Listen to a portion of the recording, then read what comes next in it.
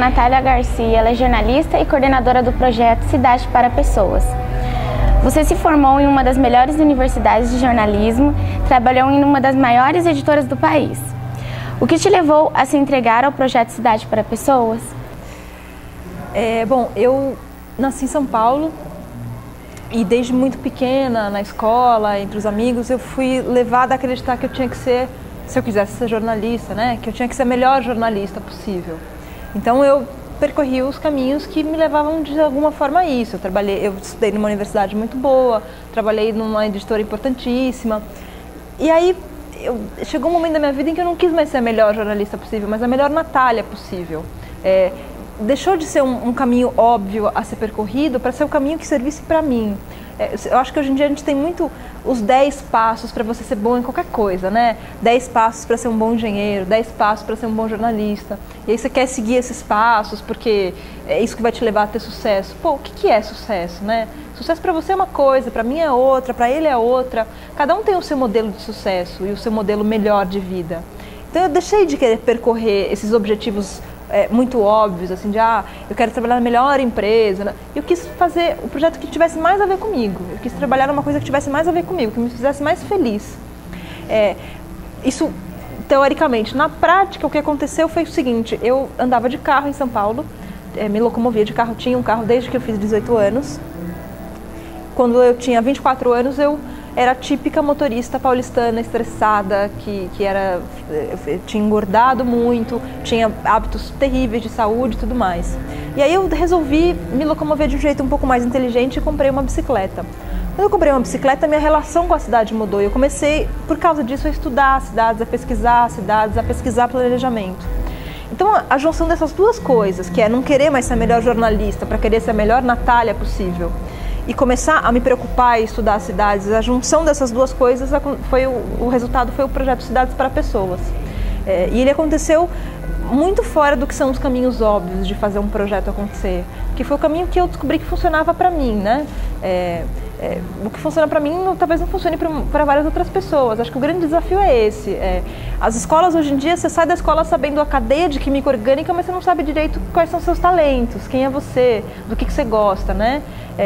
Acho que esse é o grande lance, descobrir no que você é bom, o que você gosta de fazer e daí desenvolver isso. Acho que foi mais ou menos pensando assim que eu fiz o Cidades para Pessoas.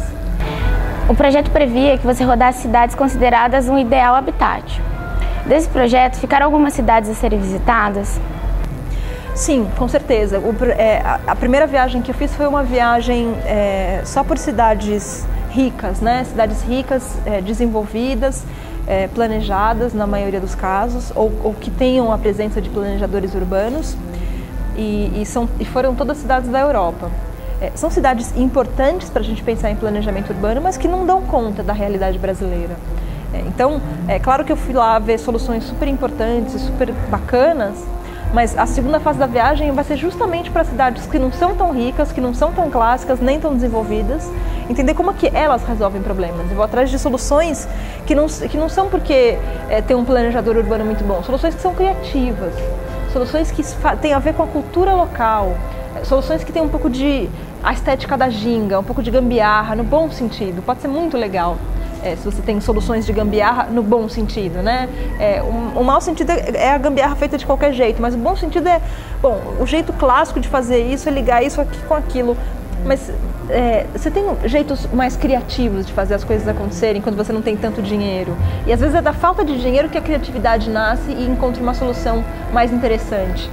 Então, as cidades que eu vou visitar agora são cidades na Ásia, cidades na África, eu vou para os Estados Unidos também, para a América Latina, e vou para uma cidade na Austrália, que é Melbourne. São cidades, é uma volta ao mundo essa segunda fase, não é só pela Europa. E são cidades que tem algumas cidades que são ricas, né? Mas tem cidades que têm essa característica de serem cidades mais informais, mais recentes, para buscar essas soluções mais criativas. Na sua opinião, qual das cidades que você visitou, ela é mais estruturada e mais sustentável? Essa é uma pergunta bem difícil de responder. Eu tendo a te responder que é Copenhague. Copenhague é uma cidade que só incentiva meios sustentáveis de locomoção, transporte sobre trilhos e bicicleta, desincentiva meios poluentes, que é o ônibus e o carro particular, Eles estão querendo diminuir a frota de ônibus para aumentar a frota de transporte sobre trilho na cidade, para ser o menos poluente possível e modernizar o sistema de ônibus para que eles não sejam de forma poluente. Eles reciclam quase todo o lixo que eles geram. Os rios que banham a cidade são despoluídos, o sistema de esgoto, o esgoto é tratado na cidade, os rios são despoluídos e as pessoas nadam nos rios da cidade. Então eu tendo a achar que essa é a cidade mais sustentável, assim, mais estruturada do ponto de vista sustentável. Mas é aquilo, ela achou o jeito dela de ser sustentável. O jeito de Copenhague ser sustentável não é o mesmo jeito de São José, eu acho. Eu acho que São José teria que achar o seu jeito, como São Paulo teria que achar o seu jeito. Assim.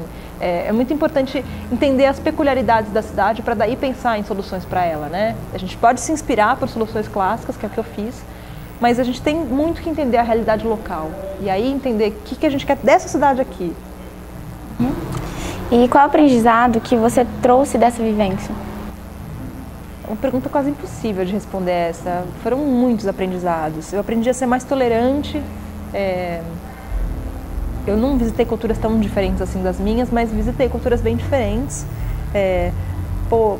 Aprendi a conhecer cidades que eu não conheço, assim, aprendi a olhar o mapa, entender como a cidade se estrutura, como é que eu aprendi a entender o sistema de transporte público novo, assim. Eu cheguei em Londres e eu já estava... Aí cheguei em Paris, depois cheguei em Lyon, daí eu aprendi qualquer metodologia que você tem que seguir para entender como é que funciona o transporte público de uma cidade, sabe? Aprendi a ler mapa muito bem, uma coisa que eu sabia, eu lia mapa muito mal, aprendi a ler mapa muito bem. Aprendi várias soluções ligadas a planejamento urbano, né? Ligadas à mobilidade, ligadas à informalidade, ligadas ao aproveitamento do clima. Aprendi que calor é uma coisa boa. Acho que talvez esse seja o maior aprendizado, assim, do ponto de vista do planejamento. Os europeus são loucos para ter um pouco de calor. Quando chega o verão, eles ficam muito felizes.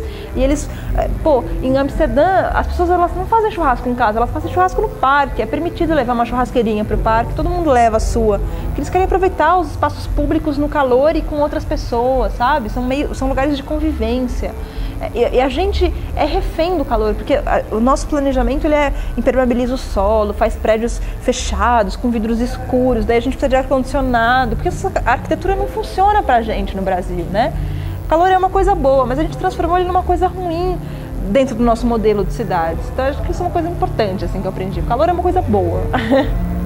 Obrigada pela entrevista. Sou Cíntia, diretamente da Semana do Meio Ambiente, Fundais Plugada no Futuro.